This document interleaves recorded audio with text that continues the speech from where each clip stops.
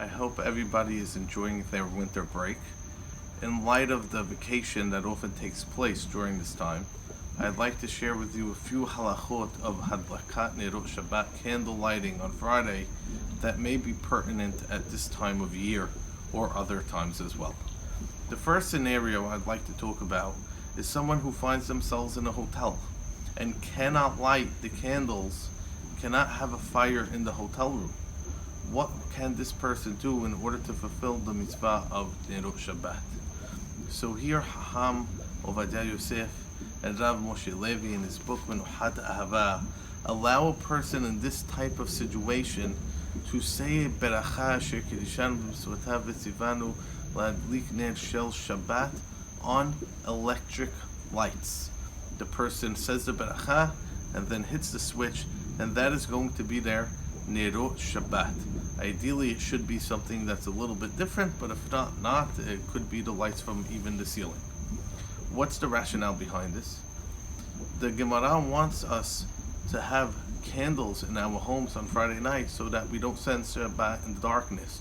We're able to enjoy the Shabbat, we don't fall, we don't trip, and therefore, there's no difference between lights that have a flame or lights that come from electricity. They both achieve the same purpose, and therefore one is allowed to say the Beracha Asher Kedishan B'Mitzvotav V'Tzivanu on electric lights. This halacha can be used in other situations as well.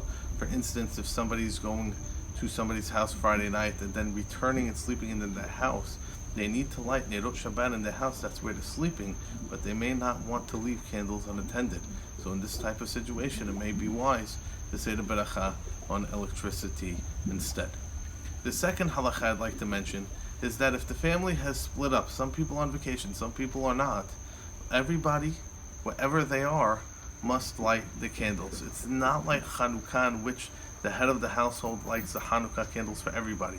The idea is every person in their own location where they're spending Shabbat has an enjoyable Shabbat, to the point where if you actually have a family with two different hotel rooms, then there needs to be Nerot Shabbat, a beracha being said in each different hotel room.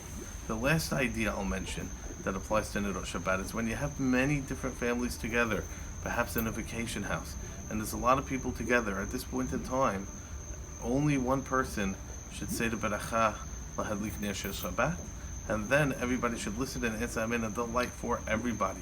Because once somebody has lit the candles in the room, according to the Shulchan Aruch, it is now a beracha lebatala for another person to come and say a beracha in a place where Nerot Shabbat were already lit. Ashkenaz practice differs in this regard, but according to Sfaradim, it's going to be a beracha lebatala, so one should make sure.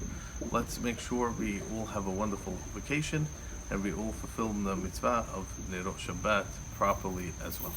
Shabbat Shalom.